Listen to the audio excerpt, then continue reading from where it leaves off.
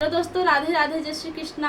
दोस्तों, आज हम आप लोगों के लिए एक बिल्कुल न्यू गीत लेकर आए हैं जो आजकल बहुत ज़्यादा वायरल चल रही हैं, जो सास और दामाद की कहानी है। आप लोग वीडियो को फुल वॉच करके देखिए, बहुत आनंद आएगा। और यह वीडियो आपको कैसा लगा कमेंट में अपनी राय जरूर दीजिएगा। घरवा के इज्जत के माटी में मिलाई के, घरवा के इज्जत के माटी में मिलाई के, का पवलू बूढ़ा दमाद संगे जाई के, का पवलू बूढ़ा दमाद संगे जाई के। जवन दमाद हो खे बेटा समान हो, बेटा समान, बूढ़ा बेटा समान हो।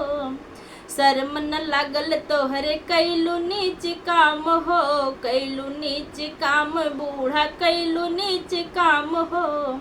नारी सम्मान के तू इज्जत डुबाई के, नारी सम्मान के तू इज्जत डुबाई के, का पवलू बूढ़ा दमाद संगे जाई के, का पवलू बूढ़ा दमाद संगे जाई के। एक दुई नाही सात पुस्त तू डुबवलू, पुस्त तू डुबवलू, बूढ़ा पुस्त तू डुबवलू। बुढ़ऊ के मुहवा पे का लिख लगवलू, पति जी के मुहवा पे का लिख लगवलू। लाज न लगे तोहरे है काम कई के, लाज न लागे तोहरे है काम कई के, का पवलू बूढ़ा दमाद संगे जाई के, का पवलू बूढ़ा दमाद संगे जाई के।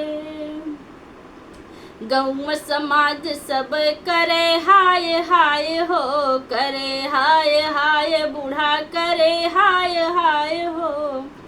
कलयुग के अजब प्रकोप बाट भाई हो, प्रकोप बाट भाई हो, प्रकोप बाट भाई हो।